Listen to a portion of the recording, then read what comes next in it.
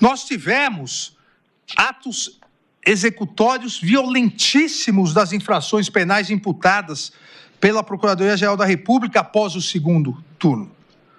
Tivemos ações de monitoramento de autoridades, ações de ministros do Supremo, inclusive desse relator, ação de monitoramento do presidente eleito Luiz Inácio Lula da Silva.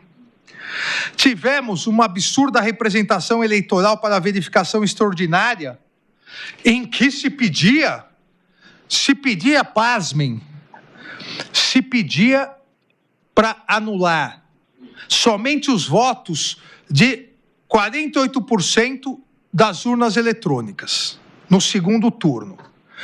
Olha, mas por que 48% dessas urnas? Porque nessas urnas o candidato Luiz Inácio Lula da Silva teria ganho. Houve o pedido de aditamento. Não é possível pedir que se anule só os votos do segundo turno, dizendo que 48% das urnas são irregulares, se essas urnas são as mesmas do primeiro turno.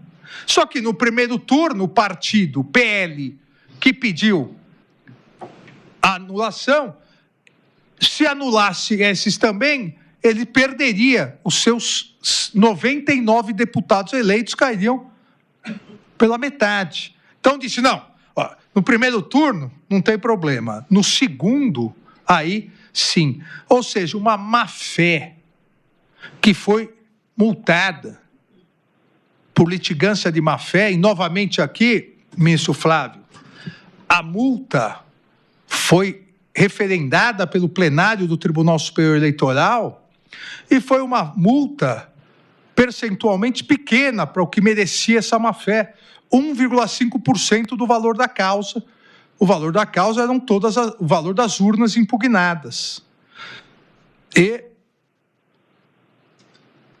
esse fato tem uma importância maior ainda do que mostrar a má-fé que se pretendia para continuar com o discurso golpista. No seu interrogatório judicial, o réu Jair Messias Bolsonaro, indagado pela Procuradoria-Geral da República, ele afirmou que, sim, após o desprovimento, a recusa do recurso do PL ao plenário do Tribunal Superior Eleitoral, como não havia mais não havia mais possibilidade judicial, a partir daí se intensificou a discussão sobre a possibilidade da adoção de um estado de exceção. E aí foi reperguntado pelo juiz, por mim. Então, quer dizer que as discussões se intensificaram aí. Sim, porque a multa poderia aumentar. Ou seja, uma sequência dessa organização criminosa. Tivemos também a reunião dos chamados Kids Pretos, das Forças Especiais, em 28/11/2022, a reunião aqui comprovada com troca de várias mensagens ao réu colaborador, que em todos esses momentos também, unidade de desígnios, participou da organização criminosa. E essa reunião dos chamados Kids Pretos, que aparentemente foi descrita como uma conversa do bar, nós estávamos com bombas explodindo, quartéis, na frente de quartéis, a organização criminosa financiando acampamentos, ataques violentíssimos ao Poder Judiciário, planejamento, como vamos ver, de morte de autoridades, com participação dos Kids Pretos, das Forças Especiais, mas eles pararam no dia 28 de novembro para uma conversinha de bar. Obviamente que não. Aqui foi redigida a famosa carta aos comandantes para que se pressionasse os comandantes do Exército e da Força Aérea, uma vez que o comandante da Marinha, réu Almir Garnier, e todos se recordam, mostrei no telão já citado lá atrás, na agenda do réu Augusto Heleno, uma vez que o réu Garnier já havia aderido ao golpe e à intervenção militar sinônimo de golpe. Temos também, no dia 12 de dezembro, nós temos também os violentíssimos ataques, queimando ônibus, tentando invadir a Polícia Federal, virando ônibus, tudo insuflado pelo discurso de que teria ocorrido fraude nas urnas. Basta lembrar que dia 12 de dezembro foi o dia da diplomação.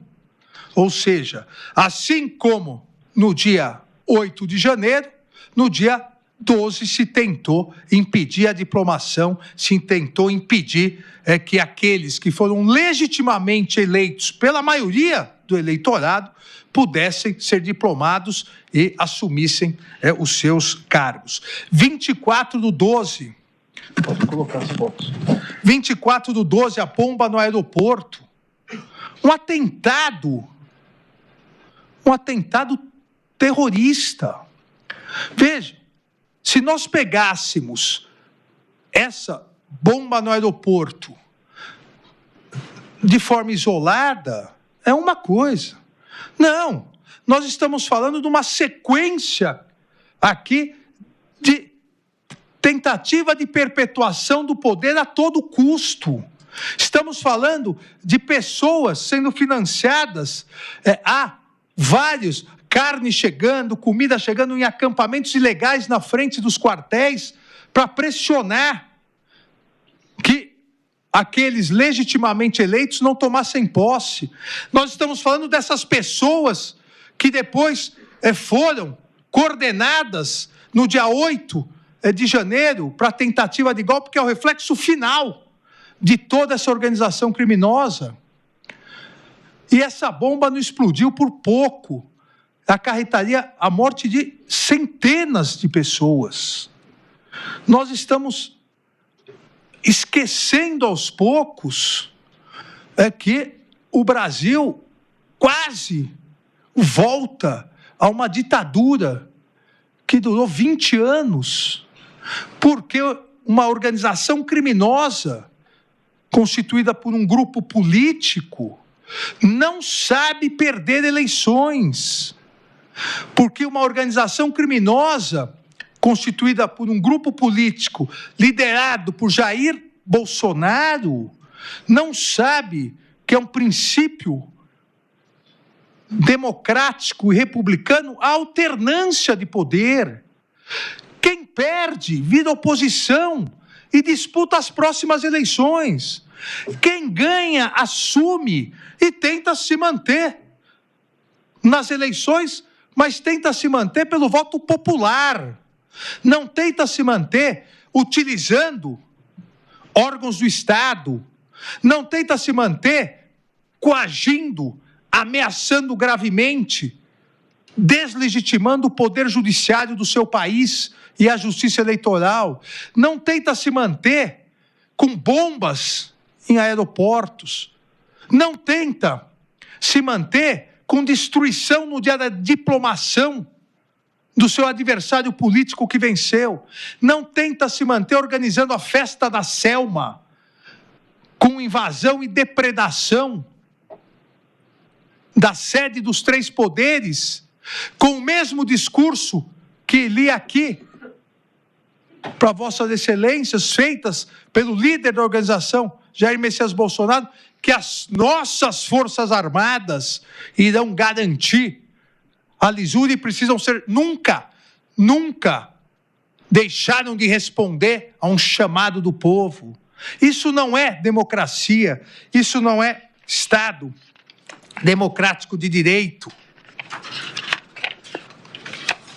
E nesses acampamentos, a organização criminosa mantinha o seu contato com os líderes dos acampamentos por meio do réu Braga Neto, como foi dito pelo colaborador Mauro Cid, mas muito mais do que isso, como foi comprovado num vídeo postado pelo próprio Jair Messias Bolsonaro e divulgado por suas milícias digitais, onde 18 de novembro, as eleições já passaram faz tempo, Braga Neto diz: vocês não percam a fé.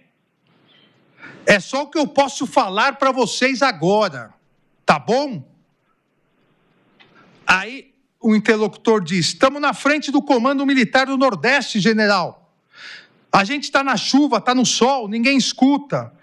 Eu sei, senhora, a gente fica, mas tem que dar um tempo, tá bom? Não posso conversar. Vocês não percam a fé. É só o que eu posso falar para vocês agora. Clara confissão de unidade de desígnios para a prática da tentativa de golpe militar do dia 8 de janeiro de 2023.